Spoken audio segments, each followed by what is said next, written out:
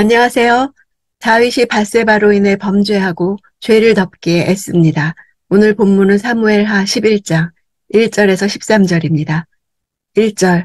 그 다음에 봄에 왕들이 출전할 때가 되자 다윗은 요압과 그 부하들과 이스라엘의 온 군대를 내려보냈습니다. 그들은 암몬 자손을 치고 랍바를 포위했습니다. 그러나 다윗은 예루살렘에 남아 있었습니다. 그 다음에 봄이란 고대 근동에서 군대가 원정을 떠나기에 적합한 계절이 왔다는 것입니다. 춘분을 전후로 많은 전쟁이 벌어졌습니다. 겨울 우기가 끝나고 아직 남자들이 들에 나가서 곡식을 수확할 때가 되지 않았기 때문에 이때가 전쟁의 적기였습니다. 또한 겨우내 내리던 비가 멈췄기 때문에 도로 사정이 좋아져 군량미와 전쟁에 동원된 짐승들의 먹이를 운반하는 데 큰 문제가 없었기 때문입니다. 봄이 오자 이스라엘은 암몬과 싸워야 했습니다. 사절단 일로 시작되었던 10장의 전쟁이 아직 마무리되지 않았기 때문입니다. 암몬과의 갈등은 어느덧 1년 동안 진행되었고 이제 마무리할 때가 되었습니다. 다윗은 군대를 보내고 예루살렘에 남았습니다. 보내다라는 단어는 앞으로 계속 힘의 비인격적 사용을 나타내는 표현으로 나오게 됩니다. 2절. 어느 날 저녁에 다윗은 침대에서 일어나 왕궁 옥상을 거닐고 있었습니다. 그는 거기서 한 여인이 목욕하는 것을 보았는데 그 여인은 너무나 아름다웠습니다. 저녁이란 해가 뉘엿뉘엿 넘어가고 있는 황혼 무렵을 가리키는 단어입니다. 낮잠을 자다가 이처럼 어두워지기 시작하는 초저녁이 되어서야 침상에서 일어난 것입니다. 다윗의 왕성은 시온산의 고지대에 위치해서 주변에 있는 집들보다 높은 위치에 있었고 관료들의 집은 산비탈을 따라 건축되었습니다. 저녁 때에 목욕하는 것은 율법에 따라 부정으로부터 정결하게 되는 시점이 일몰일 경우가 많기에 정결의식의 일부임을 추측할 수 있습니다. 3절. 다윗은 사람을 보내 그녀에 대해 알아보게 했습니다. 그 사람이 돌아와 말했습니다. 엘리암의 딸이며 햇사람 우리아의 아내인 밧세바입니다. 왕국과 멀리 떨어지지 않은 곳에 사는 것으로 보아 다윗은 그 여자가 측근의 여자라는 것을 직감했을 것입니다. 보네라는 단어로 절대 권력자의 힘을 상징합니다. 밧세바의 이름 뜻은 맹세의 딸입니다. 부모가 맹세 후 얻은 딸이라는 뜻일 수도 있습니다. 밧세바의 아버지 엘리암은 상당한 권력과 용맹을 지닌 다윗의 용장이었습니다. 그는 아히도벨의 아들입니다. 즉 밧세바는 아히도벨의 손녀입니다. 아히도벨은 처음에는 다윗의 모사였으나 후에 다윗의 아들 압살롬의 반역대에 다윗을 배반합니다. 밧세바가 다윗 측근의 손녀라는 사실을 밝히는 것은 측근 아히도벨의 손녀조차 배려하지 않은 다윗의 죄를 더욱 부각시키며 후에 아히도벨이 다윗을 배반하고 반란자 압살롬의 편에 선 것은 다윗이 자신의 손녀를 범한 일과 관련이 있을 수도 있음을 암시하는 것입니다. 우리아는 예루살렘 출신의 헷 족속으로서 다윗의 30 용사 중에 한 사람이며 당시 암몬 족속을 징벌하기 위해 치열한 전투 중에 있었습니다. 4절.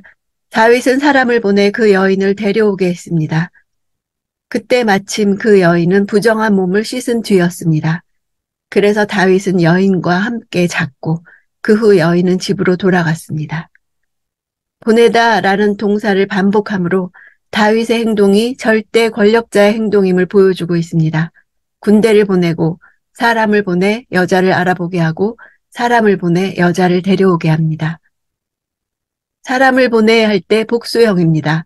여러 명의 사람을 보내 밧세바를 데려오게 하므로 밧세바가 강압적으로 끌려오는 상황을 암시합니다. 밧세바가 우리아의 아내라는 사실을 듣자마자 사람들을 보내 그녀를 입궁시키는 것은 그녀의 남편이 전쟁터에 나가서 집에 없음을 알았기 때문입니다. 충신의 아내라는 것과 남의 아내를 취한다는 도덕적 죄는 절대 권력을 가진 왕에게 적용되지 않는다고 생각했습니다.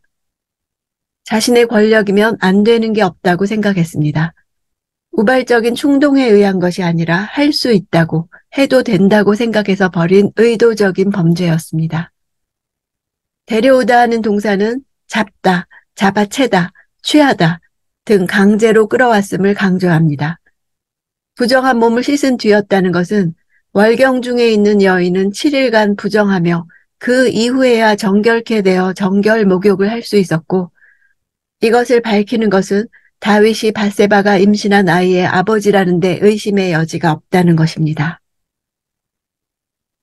5절, 그 여인은 임신하게 되자 다윗에게 자신이 임신한 사실을 알렸습니다. 개역 성경에는 보내어라는 동사가 다시 나옵니다. 여인이 보내어 다윗에게 고했습니다. 이제 다윗보다 밧세바가 권력을 잡게 되는 것을 알 수 있습니다.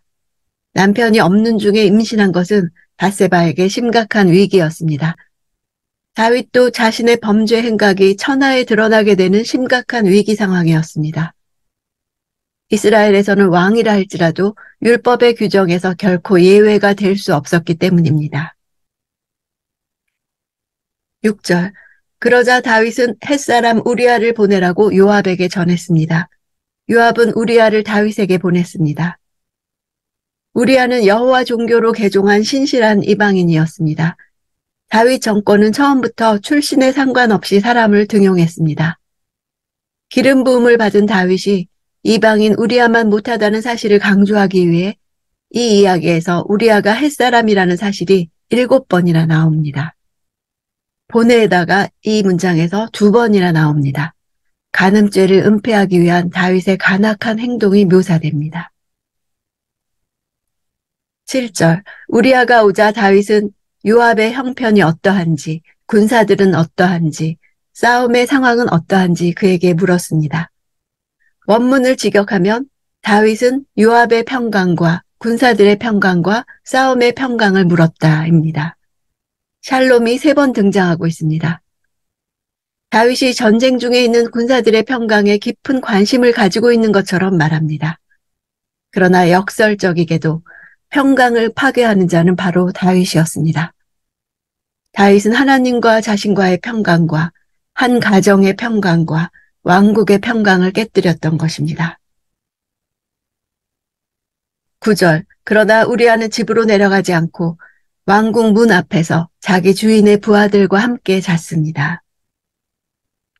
우리아가 잔 왕궁 문 앞은 왕궁에 들어가는 입구에 있는 시위병의 숙소를 가리킵니다. 우리아와 다윗의 대조는 곳곳에 나타나고 있습니다. 자다라는 단어는 다윗이 밧세바와 동침한 것을 표현할 때 사용된 단어입니다. 다윗은 나라가 전쟁 중에 있는 상황에서 왕궁에서 자기 부하의 아내와 잤으나 우리아는 동료들이 전쟁 중에 있다는 이유로 왕궁 문에서 부하들과 함께 잤다는 사실을 대조하는 것입니다. 11절, 우리아가 다윗에게 말했습니다. 언약궤와 이스라엘과 유다가 장막에 있고 내 상관이신 요압과 내 주의 군사들은 들판에 진을 치고 있습니다. 그런데 제가 어떻게 혼자 집으로 가서 먹고 마시며 아내와 함께 누울 수 있겠습니까? 왕의 생명을 걸고 맹세하는데 저는 결코 그럴 수 없습니다. 언약궤가 전쟁터에 있다는 사실은 지금 암몬과 진행 중인 전쟁이 거룩한 전쟁임을 암시합니다. 그러므로 이 전투에 임하는 이스라엘은 일체의 부정이나 죄를 저지르지 말아야 했습니다. 우리아가 언약궤를 언급했다는 것은 이러한 점을 깊이 인식하고 있었음을 보여줍니다. 이방 출신의 장수 우리아가 이러한 사실을 알고 있는데 이에 비해 과거 하나님에 대한 열심으로 언약궤를 다윗성으로 옮겨온 태도와 너무도 대조되는 다윗의 모습을 보여줍니다. 장막이란 단어는 수카입니다. 작고 보잘것없는 임시 거주지로 당시 군사들이 거주하던 야전 막사를 가리킵니다. 지금 전쟁 중에 있는 다윗의 군사들 모두가 편안한 잠을 자지 못하고 있다는 사실을 강조하여 다윗이 그의 침대에서 초저녁까지 잔 것과 대조됩니다. 제가 어떻게 혼자라는 표현은 다른 사람은 몰라도 나 자신만큼은 하고 전쟁 중에 있는 동료들을 생각해 아내와 동침하지 않은 자신을 강조하는 표현입니다. 먹고 마시고 눕다라는 것은 나단의 이야기에 나올 가난한 자가 암양에게 행했던 단어들로 다윗의 죄를 더욱 분명히 드러내는 단어들입니다. 충직한 신하 우리아의 행동과 말은 다윗의 마음에 충분히 찔림을 줄 만한 것이었습니다. 13절, 다윗은 우리아를 초청해 자신과 함께 먹고 마시며 취하게 했습니다. 그러나 그날 저녁에도 우리아는 밖으로 나가 자기 주인의 부하들 사이에서 자고 자기 집에 가지 않았습니다. 개역 성경에는 부하들과 더불어 침상에 눕고라고 전날 시위병 숙소에서 누웠던 바로 그 침상을 가리킵니다. 이는 다윗이 오후 늦게 침대에서 일어났다는 같은 단어를 계속 사용하므로 다윗과 우리아의 상반된 태도를 대조하고 있습니다. 다윗의 범죄에 대해 성경은 많은 단어와 표현들을 통해 가차없이 다윗의 죄를 드러냅니다. 그러나 읽으면 읽을수록 다윗만 이랬을까라는 생각이 듭니다. 내가 그런 상황에 있었어도 이렇게 죄를 짓고 죄를 덮느라 더 큰 죄를 저지를 것이란 생각이 듭니다. 우리 또한 다윗의 자리에서 엄중한 심판을 듣습니다. 하나님은 통렬하게 다윗의 죄를 드러내심으로 오직 하나님 앞에 선 예배자였던 다윗을 그리워하고 계신 것 같습니다.